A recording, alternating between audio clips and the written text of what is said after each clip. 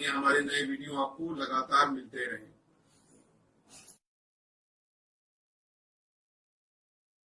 नमस्कार दोस्तों, धर्म रहस्य चैनल पर आपका एक बार फिर से स्वागत है। अभी तक आपने जाना कि साधक कैसे मूलाधार चक्र में प्रवेश करता है। अब आगे की स्थिति को समझते हैं। जब साधक किसी प्रकार उस मूलाधार चक्र में अपने एक शरीर के साथ प्रवेश कर गया, तभी वहां उसे सामने एक सूंडदार हाथी दिखाई दिया। हाथी जो कि बहुत ही अधिक शक्तिशाली विशालकाय था, उसने अंदर आने पर उस साधक का स्वागत किया। उसने कहा, आपको अब यहां से अपनी यात्रा शुरू करनी है।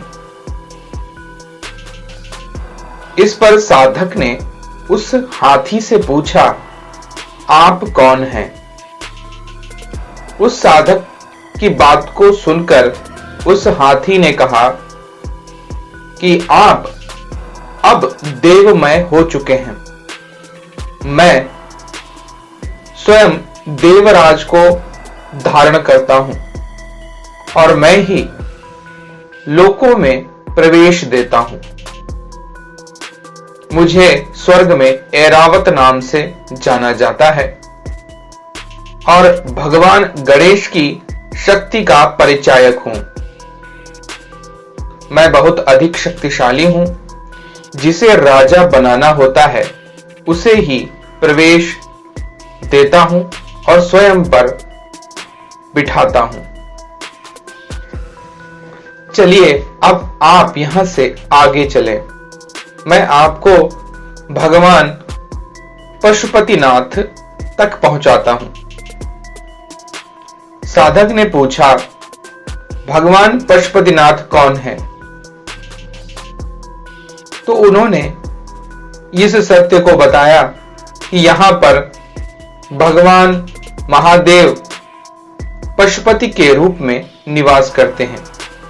यह चक्र उन्हीं का है और जब तक आप उन्हें प्रसन्न नहीं कर पाएंगे, तब तक आप इससे मुक्ति नहीं प्राप्त कर सकते हैं।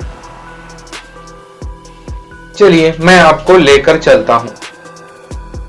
साधक अब आगे बढ़ गया था। वह उस स्थान पर पहुंचा जहां पर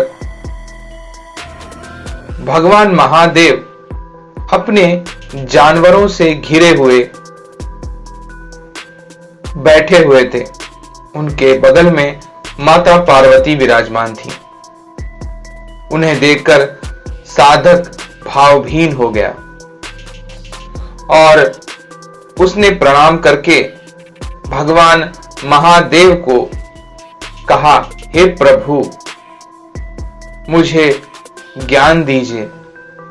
मैं कैसे आगे बढ़ सकता हूं और आपके कितने और रूप हैं?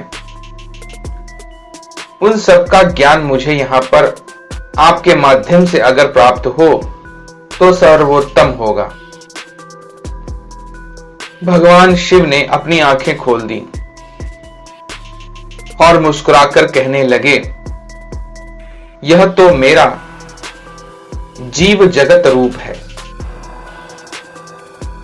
ऐसे अन्य रूप की यात्रा अभी तुम्हें और करनी है और मैं तो पशुपतिनाथ ही हूं। शिव तक पहुंचने की तुम्हारी यात्रा लंबी होगी, लेकिन क्योंकि मुझे यह पद प्राप्त है, इसलिए मैं तुम्हें एक रहस्य बताता हूं जो इस संसार में कोई भी नहीं जानता। भगवान शिव की लाखों वर्ष की तपस्या कई जन्मों में पूरी कर लेने पर मुझे यह पद प्राप्त हुआ है। उनकी कृपा से मुझे पाशुपत संप्रदाय की सिद्धियां प्राप्त हुई और अंततोगत्वा शिव स्वरूप को मैंने प्राप्त किया। यह सुनने में तुम्हें अजीब सा लगेगा, लेकिन यही सत्य है। हम सभी परमात्मा का अंश हैं, लेकिन अपनी स्थिति को इतना अधिक कमजोर कर दिए कि बह गए उन भावनाओं और इच्छाओं में और आत्म स्वरूप को त्यागते चले गए। आज स्थिति यह है कि सब इतने अधिक कमजोर हो चुके हैं कि मूल तत्वों से पूरी तरह भटक चुके हैं। इस पर साधक ने भगवान शिव को कहा, प्रभु आप यहां पर विराजमान हैं, माया चाहे कोई हो, किंतु आप मुझे अपने इस पशुपति स्वरूप का अर्थ रहस्य समझाइए। भगवान शिव मुस्कुराकर कहने लगे, ध्यान लगाकर जो इस चक्र का उल्लंघन कर जाता है वही पशुपति हो पाता है। पशुपति 3 शब्दों से बना है, पति, पशु और पाश। पति अर्थात परमात्मा या आपको आगे ले जाने वाला मूल तत्व है। पशु अर्थात जीवात्मा है, जो कि अपनी स्थिति को भूलकर परमात्मा से अलग हो गई है। और पाश वो सारे मल हैं जो जन्मों की करोड़ों अनंत इच्छाओं से बने हुए हैं, जिसकी वजह से पशु अर्थात जीवात्मा फंसी रहती है और अपनी मुक्ति को प्राप्त नहीं कर पाती। देखो, तुमने अपनी साधना के बल पर इस लोक में प्रवेश किया है, लेकिन मुक्ति को प्राप्त नहीं किया है। मैं स्वयं अपनी स्थिति को बनाए रखने के लिए लगातार ध्यान करता हूं, और मुझसे कोई गलती अगर हो गई तो मुझे अपने स्वरूप को त्यागना होगा और मैं भी किसी जीवात्मा रूप में जन्म लेने को प्रस्तुत होना पड़ेगा। इसलिए अब यहां से आगे बढ़ो। तुम्हें जो जो दिखाई देगा उसे धारण करने से बचना है और केवल साक्षी भाव का अभ्यास करते हुए आगे बढ़ना है। तभी तुम्हारा यह 7वां शरीर समाप्त हो जाएगा। इसको समाप्त करने पर ही तुम इससे ऊपर के भावों की ओर गमन कर पाओगे। साधक के लिए यह सब बातें ज्ञान के सर्वोच्च श्रेणी की ओर ले जाने वाली थी, लेकिन उसे समझ में नहीं आ रहा था कि यह सब कैसे संभव होगा। भगवान शिव को प्रणाम कर अब उसने आगे की यात्रा मूलाधार चक्र में शुरू की। जैसे ही उसे थोड़ा सा आगे का दृश्य दिखाई दिया, वह अचरज में पड़ गया। उसने स्वयं को कई स्त्रियों के साथ भोग करते हुए देखा। यह देखकर वह आश्चर्य में पड़ गया। साथ में खड़े हुए उस ऐरावत समान हाथी को देखकर साधक ने पूछा, आप बताइए यह क्या है? क्या ये मैं हूं? और मैं तो मन वचन से ब्रह्मचारी हूं, पर यहां पर तो मैं कई स्त्रियों के साथ संबंध बनाता दिख रहा हूं। यह सब क्या है? और ये कितने सारे मेरे रूप और स्वरूप हैं। इस पर वह हाथी बोला, यह आपके पूर्व जन्म के कार्य हैं। जब आपका विवाह किसी स्त्री के साथ हुआ होगा और उससे आपने पुत्रोत्पत्ति की होगी, यह उसी संबंध को आपको दिखा रहा है। आप जिस चक्र में विद्यमान हैं, यह चक्र हमारे पूर्व जन्म की तीव्र इच्छाओं को दिखाता है, जिसमें भोग इच्छाएं सर्वोच्च हैं। यहां पर आप खुद ही देखिए, आपने अभी तक कितनी स्त्रियों के साथ कितने जन्मों में विवाह किया है और उनके साथ भोग सुख को भोगा है। इसी कारण से ये सारे दृश्य आपको दिखाई पड़ रहे हैं। साधक मन वचन से ब्रह्मचारी था, इसी कारण से उन दृश्यों को देखकर तनिक भी विचलित नहीं हुआ और उसने कहा, मुझे आगे ले चलो।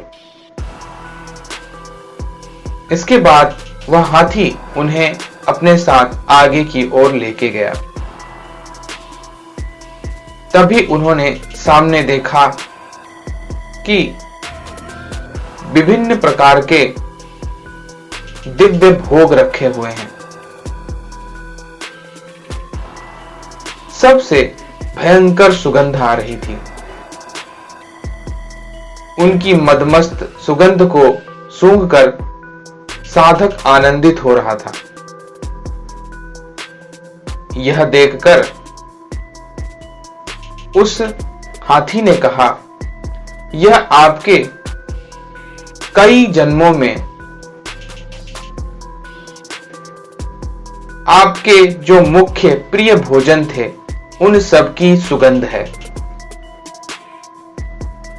इनको देखकर आपको इसीलिए आनंद हो रहा है। साधक ने कहा, सावधान, मैं किसी भोग को देखकर स्वयं में परिवर्तन ना कर लूं और मुझे कुछ खाने की इच्छा ना हो जाए, इसलिए मुझे यहां से तुरंत ही निकल जाना चाहिए। नहीं तो अगर मेरे मन में इनमें से कुछ खाने की इच्छा हो गई तो फिर मैं इसी चक्र में फंसा रह जाऊंगा। क्योंकि साधक को पहले ही लोक माया देवी ने बता दिया था कि कुछ भी साथ लेकर मत जाना, सब कुछ त्याग देना है। अगर वह त्यागेगा नहीं तो फिर किस प्रकार से मुक्ति को प्राप्त करेगा। इसीलिए साधक को आगे कुछ भी लेकर नहीं जाना था। साधक इस गंभीरता को समझता था, इसलिए उसने उस हाथी से कहा, अब आप मुझे आगे ले चलिए। इसके बाद सामने वो देखते हैं कि एक व्यक्ति उन पर अपनी तलवार लिए हुए जोर से दौड़ता हुआ आ रहा है। साधक ने कहा, यह कौन है और यह मुझे मारने के लिए क्यों आ रहा है? हाथी ने कहा, और देखिए, यह तो सिर्फ एक है। तभी साधक ने देखा, उसे मारने के लिए करोड़ों लोग अपने हाथों में तलवार, भाले, भिन्न प्रकार के अस्त्र शस्त्र लिए हुए दौड़ते हैं आ रहे हैं। साधक ने कहा, क्या मैं इन सब से बच पाऊंगा? इस पर हाथी ने कहा, यह आपको सोचना है, मैं सिर्फ आपके साथ चल रहा हूं, क्योंकि मेरा कार्य तो आपको सिर्फ दर्शन कराना मात्र है।